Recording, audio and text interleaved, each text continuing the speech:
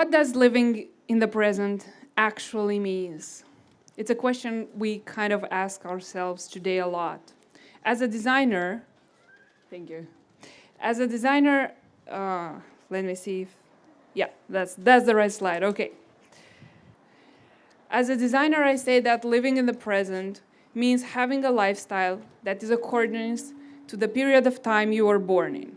So basically, all the objects you use, all the materials you surround yourself with, all the medical services you receive, and the technologies you use, or the fashion that you wear, or the furniture that inhabits your house, or the actual house where you inhabit, it needs to belong in the timeline you were born in.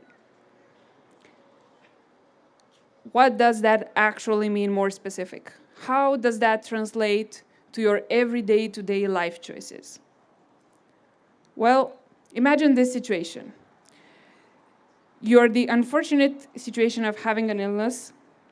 Would you rather be treated in the latest discoveries and cures with the latest laser technologies, with robotic perfect surgery, or would you choose the 1960s version or the 1920s version just because you're the melancholic type of personality? So this is a rhetoric question. I hope the answer is obvious to everyone, that you would like to be treated in the present version of a medical service facility. What about entertainment? On which one of these would you rather watch your favorite content, your favorite TV show? Also rhetoric, because I'd like to think that all of us like the big screens, the bigger the better somehow. Now take a look at this one. On your left, you have objects from the early 2000s that we now replaced with a smartphone. Just one tiny object that all of you right now here, you have it in your pocket. Can you even imagine yourself carrying all that right now with you? Like the sum of those objects? Instead of just one device, that is even actually more that we could have hoped for at the time that those were in use. What about transportation? What does it look safer in terms of travel, or better, or faster? What about trains? Would you like the yellow one, or the 70s version, or the 40s, or the 1910, actually? I think we all know the answer to all of this question, right? What do all of these have in common? It's progress. The progress is technological, it's industrial, and it's in manufacturing. All of this process translates into things that weren't available before. Processes that made possible the fabrication of more performant materials that we can now take use in it.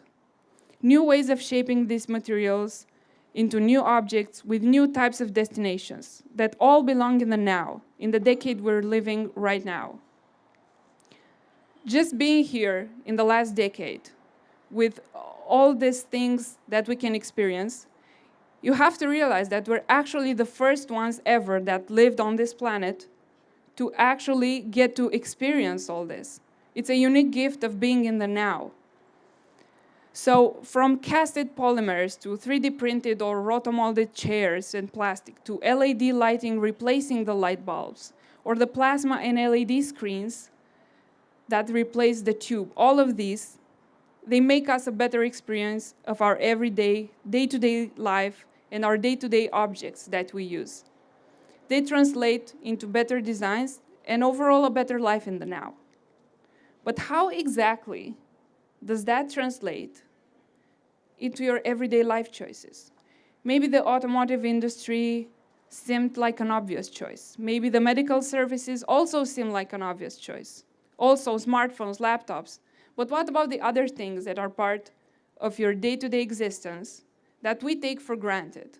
What does the living in the now means in terms of clothing, in terms of shoes or furniture? I want you kind of all to right now just look at your shoes, and the person's next to you. Just take a look. Just take a look at your shoes right now, and the person's next to you. I dare you to do this. Let's see if you can match the shoes that you wear and the shoes that you see with the timeline. So these are the shoes that were fashionable and a novelty. This was what was cool, fresh on the market in the 1910 and 1920s. So that means if you right now you are purchasing one of these type of shoes, you're basically purchasing a 100-year-old design. 100-year-old.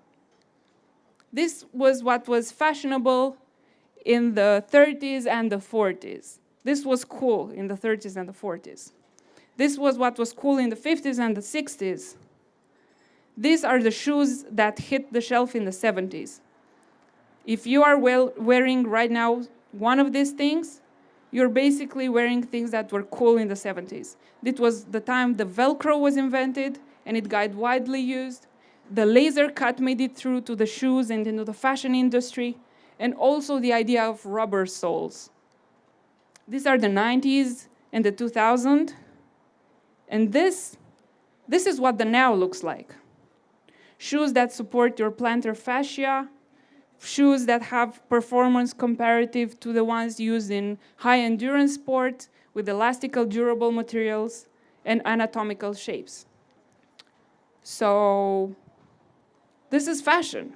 This is the fashion of the now, with contemporary 3D prints and cuts and things that meet the needs of the men and women in 2019. For example, the good use of pockets to hold phones instead of just useless pockets that are no longer meeting the needs that we have now today. Now means using zippers instead of buttons.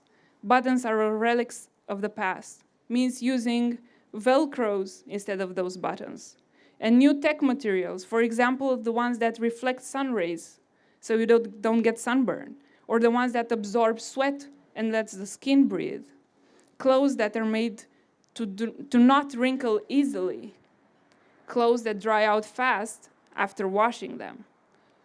So these are the clothes that you usually find now in sports. These are the clothes that have driven the fashion to go in that direction. But how about wearing them day to day?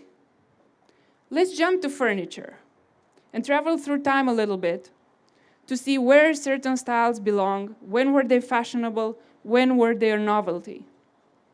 When was the now for these objects?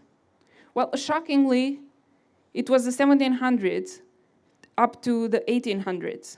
These are the chairs that were cool. Of course, the word didn't exist back then, but this was what was the thing in those years. I see so much of these relics nowadays, but they're not ancient, like they're not originally dating to the times they were actually made. These are new objects made with a design that is basically 300 years old. Kind of weird for living in the now, right? So the moment where humanity is at this point, nothing of its needs, nothing of its nowadays customs as human beings is reflected in this type of furnitures. Yet, it inhabits so many of the public places we go to. This was what was cool in the period up to the 900s.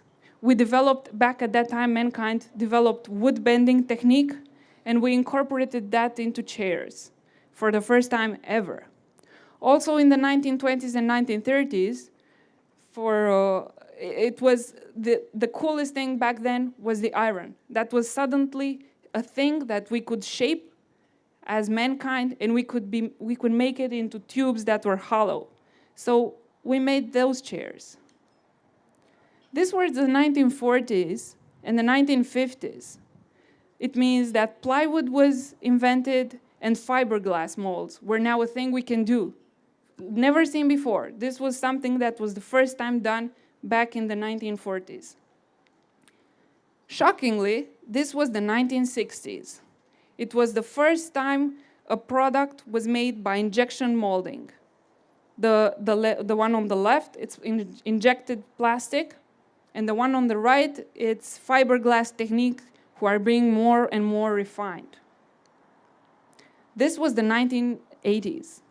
It was the same time with the laser cut shoes that I showed you before. So laser foam cutting was now a thing in furniture as well. So this was what was cool back then. So now we can do all these unique chairs thanks to technology. Also, these are the 1990s, and then we're going to go to the 2010 with all these bombastic designs just breaking through the boundaries of materials and what was known as design back then. As you can see, we have all this very, very distinct design that are using technology to rely on. This is the now. This is what we're doing now in design in terms of furniture. We have parametric design, which is CAD computer software, which is a software that designs its own design with given parameters. We have 3D printing. The chair on the middle is 3D printed. We have rotomolded plastic mass, the one on the right, the orange one. We have blown aluminum. And very important, in the middle, we have the upcycled byproducts. Upcycled products are products that are using raw materials that come from other industries, and they're being reused and remodeled into a new product. So on the far right corner above, you have a chair that is made from recycled foam mattresses. So let's do a tiny recap. This is history. It's in the past. This is 100 years ago. So if you find yourself possessing one of the shoes relation is very easy to follow. So if you have this type of shoe at home, it's a 100-year-old design. This is 80 years ago, right? Those were the cars back then. Those were the TVs. If you have those kind of shoes, they're 80 years old. This is 60-year-old, right? This is 40 years old. In case you thought those shoes were cool and in the now, they're 40 years old. Sorry to break it to you. This is 30 years old. Also, those types of shoes, not in the now. This is the now. I'm going to show you the now. But the question first is, are you living in the now? Like, as what you've seen so far, how much are you living in the now? This is the now. These are how interior design looks. This is what we can do with the technology we have right now. This is what we can do. It's fluid, it's organic shapes, it's seamless light, it's curd-friendly furniture, it's high-tech materials, and, of course, new design that derives from that. This is the fashion. What is wrong about fashion, shoes or furniture, is that we never actually stopped using those old things like we did with old TVs or old cars or medical devices. We stopped using those, but we didn't stop using the old fashion. And what is worse, we keep producing these old designs as new objects. So you'll see for the fall of 2019 in stores, the same things that you could have bought 100 years ago. So the choice is actually yours to make. The things are going to be there, but it depends what you're going to choose, what you're going to purchase. Embrace technology with all its uses, from textiles in fashion to products that can do you better service, to furniture designed using new technologies. Experience actually owning furniture that is shaped in unique designs, and that those types of design that couldn't be done before, that you're the first ones that can actually purchase this type of furniture. So why not jump on that opportunity? You could have shiny, impeccable surfaces with intuitive and organic drawers, or spaces where you can charge your phone, also intuitive. Allow nostalgia for past times to exist. That's okay to exist, but solely in your thoughts. Don't let it drag you from progress and for better living that you can have by living in the now, by using the technology we have. Don't let it take away the nowness that is specific to this generation, our generation, because we're all here now. This unique, unseen before experience that technology made possible for us. It is actually kind of the gift of being alive now, among other things. What I'm saying is, bring your whole life game, to 2019. Life that has never been lived before, and actually be a pioneer of living. It doesn't matter what you do in your day-to-day life, but you can be a pioneer in living.